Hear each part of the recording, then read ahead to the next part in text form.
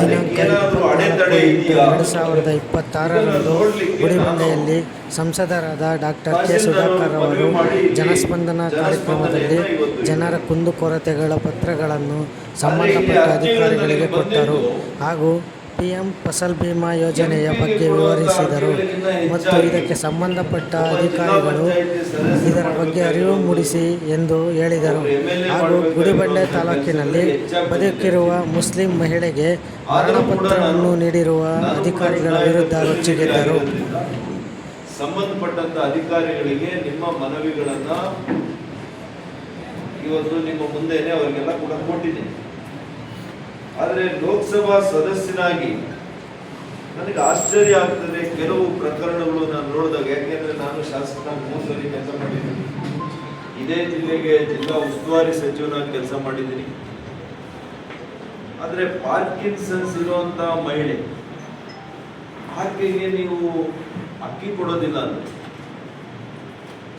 ನಾವು ಯಾವ ಮಾನವೀಯತೆಯನ್ನು ನಾವು ಇಟ್ಕೊಂಡಿದ್ದೀವಿ? ಒಬ್ಬ ಅಲ್ಪಸಂಖ್ಯಾತ ಮಹಿಳೆ, ಈ ಸರ್ಕಾರ ಮಾತಾಡಿದ್ರೆ ನಾವು ಅಲ್ಪಸಂಖ್ಯಾತರ ಪರ, ದಲಿತರ ಪರ ಇದೇನಾ ನೀವು ಅಲ್ಪಸಂಖ್ಯಾತರ ಪರ ಇರೋದು? ಪಾರ್ಕಿನ್ಸನ್ಸ್ ಆಯಮ್ಮನ್ನು ನಿಂತ್ಕೊಳ್ಳಿಕ್ಕೆ ಆಗ್ತಾ ಇಲ್ಲ. ಎಂತ ಅಮಾನವೀಯವಾದಂತ ವ್ಯಕ್ತಿ ಕೂಡ ಆಕೆ ನೋಡಿದ್ರೆ ಆಕೆ ಸಹಾಯ ಮಾಡಬೇಕು ಅನ್ನುವಂತ ಒಂದು ಮನಸ್ಸು ಬರ್ತದೆ. ಆದ್ರೆ ಇಲ್ಲಿ ಸ್ಥಳೀಯ ಅಧಿಕಾರಿಗಳು ಯಾರು ಆ ಒಂದು ಫುಡ್ ಡಿಪಾರ್ಟ್ಮೆಂಟ್ ಅವ್ರು ಇದ್ದಾರೆ, ಅವ್ರಿಗೇನು ಹೃದಯ ಇದೆಯಾ ಕಲ್ಲಿದೆಯಾ? ಏನ್ರಿ, ಅವರು ಹೆಂಡತಿ ಮಕ್ಕಳಿದಾರ ಇಲ್ವಾ? ಜೀವಂತ ಇರುವಂತ ಹೆಣ್ಮಗಳು ಸತ್ತೋಗಿದ್ದಾರೆ ಅಂತ ನಿಮ್ ದಾಖಲೆಯಲ್ಲಿ ಬಂದ್ರೆ ಆಕೆಗೆ ಯಾವ ಪ್ರಯೋಜನ ಇದೆ? ರಾಜ್ಯದಲ್ಲಿ ಯಾವ ಯೋಜನೆ ಕೂಡ ಆಕೆಗೆ ಸಿಕ್ಕಲ್ಲ. ಈಗ ಅಕ್ಕಿನೂ ಕೊಡಂಗಿಲ್ಲ, ಯಾವ ಯೋಜನೆನೂ ಕೂಡ ಆಕೆಗೆ ಸಿಕ್ಕಲ್ಲ. ಪಾಪ ಜೀವಂತ ಇದ್ದಾಳೆ. ನಾನು ಜೀವಂತ ಇದ್ದೀನಿ ಸ್ವಾಮಿ, ನನಗೆ ಕೊಡಿ ಅಂದ್ರೆ ಇಲ್ಲ ಮಾನ್ಯ ಸತ್ತೋಗಿದ್ದೀನಿ ಅಂದ್ರೆ. ಗುಡಿಬಂಡೆ ಕರ್ನಾಟಕ ರಾಜ್ಯದ ಗಡಿ ಭಾಗದಲ್ಲಿ ಇದೆ, ಒಪ್ತೀನಿ. ಆದ್ರೆ ಇದು ಭಾರತ ಬಿಟ್ಟು ಬಾಂಗ್ಲಾದೇಶದಲ್ಲಿ ಇಲ್ಲ, ಪಾಕಿಸ್ತಾನದಲ್ಲೂ ಇಲ್ಲ. ಮಾನ್ಯ ದಂಡಾಧಿಕಾರಿಗಳೇ, ಕೈ ಮುಗಿದು ನಿಮ್ಗೆ ಕೇಳ್ತೀನಿ, ಇಂಥದ್ದನ್ನೆಲ್ಲ ನಿಲ್ಲಿಸ್ಬೇಕಿದ್ರೆ ಯಾವನವನು ನಿಮ್ಮ ಅಧಿಕಾರಿ ಇದಾನಲ್ಲ, ಫುಡ್ಡು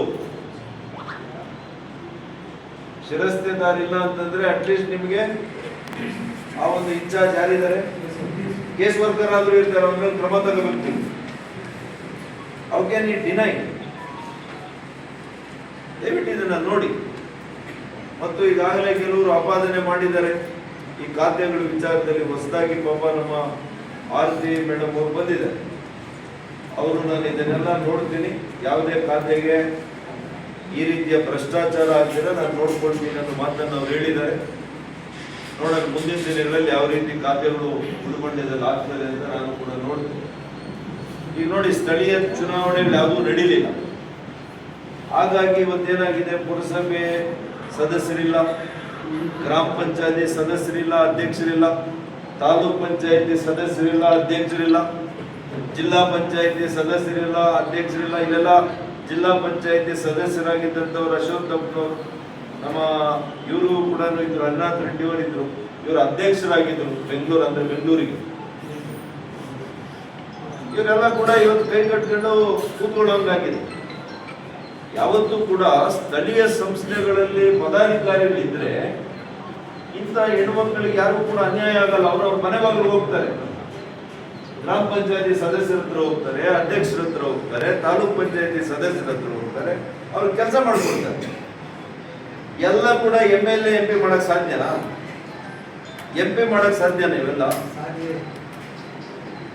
ಆದ್ರೂ ನಾನು ಇವೆಲ್ಲ ಅರ್ಥ ಮಾಡ್ಕೊಂಡು ನಾನು ಬಂದಿದ್ದೀನಿ ನಿಮ್ಮ ಮನೆ ಬಾಗಿಲಿಗೆ. ಇವತ್ತು ನನ್ನ ಕಡೆಯಿಂದ ಏನಾದ್ರೂ ಒಂದು ಸ್ವಲ್ಪ ಆದ್ರೂ ಸಹಾಯ ಮಾಡಕ್ ಆಗುತ್ತಾ?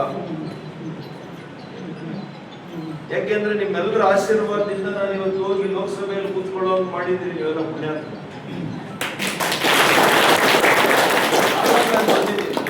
ಏನಾದ್ರೂ ಸಾಧ್ಯ ಇದೆಯಾ ಸಹಾಯ ಮಾಡಕ್ಕೆ? ಇವತ್ತು ನಮ್ಮ ಕೇಂದ್ರ ಯೋಜನೆ ನಮ್ಮ ಅಧಿಕಾರಿಗಳು ನಾನು ಮನವಿ ಮಾಡ್ತೀನಿ, ವಿಶೇಷವಾಗಿ ಕೃಷಿ ಅಧಿಕಾರಿಗಳು ಇಲ್ಲೆಲ್ಲ ಕೂಡ ರೈತಾಪಿ ಜನ ಹೆಚ್ಚಿದ್ದಾರೆ. ಕೃಷಿ ಅಧಿಕಾರಿಗಳಿಲ್ವಾ? ಇದೇನೇನಪ್ಪ ಏನಾಗಿದೆಯಾ? ಅಸಿಸ್ಟೆಂಟ್ ಡೈರೆಕ್ಟರ್ ಏನ್ ಹೆಸರು? ಕೇಶವರೆಡ್ಡಿ. ಈಗ ನಮ್ಮಲ್ಲಿ ನೋಡಪ್ಪ ಸಾಯಿಲ್ ಕಾರ್ಡ್, ಮಣ್ಣು ಪರೀಕ್ಷೆ ಮಾಡುವಂತ ಕಾರ್ಡ್ಗಳು ಎಷ್ಟು ಜನ ಇದ್ದಾರೆ ಈ ತಾಲೂಕಲ್ಲಿ ನಮ್ಮ ರೈತರು? ಅವ್ರಿಗೆಲ್ಲ ಮಾಡಿಸ್ಕೊಂಡಿದ್ದೀರಾ? ನಾಳೆ ನಾನು ಕೇಳ್ತೀನಿ, ಅಲ್ಲಿ ನಾಳೆ ದಿಶಾ ಸಭೆ ಕರೆದಿದ್ದೀನಿ, ಅಲ್ಲಿ ದೀರ್ಘವಾಗಿ ಮಾತಾಡ್ತೀನಿ. ಫಸಲ್ ಬಿಮಾ ಯೋಜನೆ ಇವತ್ತು ನೋಡಿ ಮಳೆ ಬೀಳಲಿಲ್ಲಪ್ಪ, ಈ ವರ್ಷ ಎಲ್ಲ ಮಳೆ ಸರಿಯಾಗಿ ಬೀಳಲಿಲ್ಲ. ಇವತ್ತು ರೈತರಿಗೆಲ್ಲ ನಷ್ಟ ಆಗಿದೆ. ಆಗಿದೆಯಾ ಇಲ್ವಾ? ಬೆಳೆ ಇಕ್ಕಿಲ್ಲ,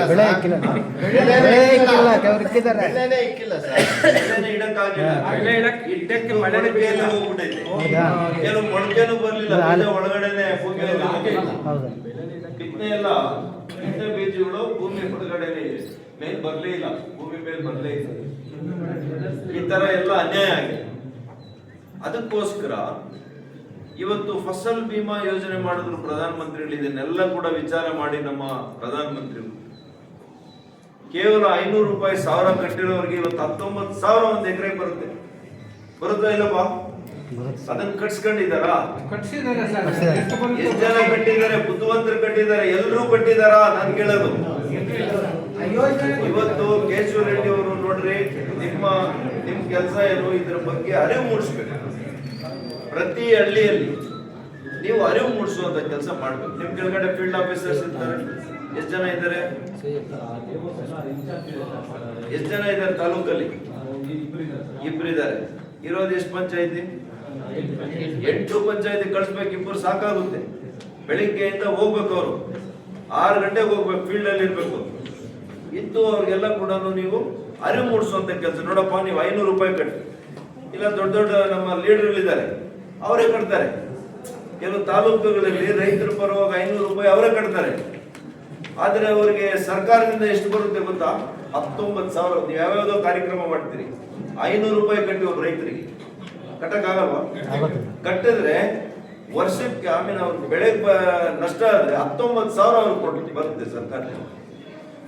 ಇಂಥ ಸ್ಕೀಮ್ಸ್ ಮಾಡಿ. ಕಳೆದ ಸಾಲಿನಲ್ಲಿ ಎಲ್ಲರೂ ಕಡಿಮೆ ಇತ್ತು ಸರ್. ಈ ವರ್ಷ ನಮ್ಮಲ್ಲಿ ಸರ್ 13,429 ರೈತರು ಇನ್ಶೂರೆನ್ಸ್ ಇದಾಗಿದೆ ಸರ್. ಈಗಾಗಲೇ ಸರ್ ನಮ್ಮ ತಾಲೂಕಿನಲ್ಲಿ ರಾಗಿ ಮಳೆ ಆಶ್ರಿತ ಬೆಳೆಗಳು ಮೇಜರ್ ಕ್ರಾಪ್ಸ್ ಆಗಿದೆ ಸರ್.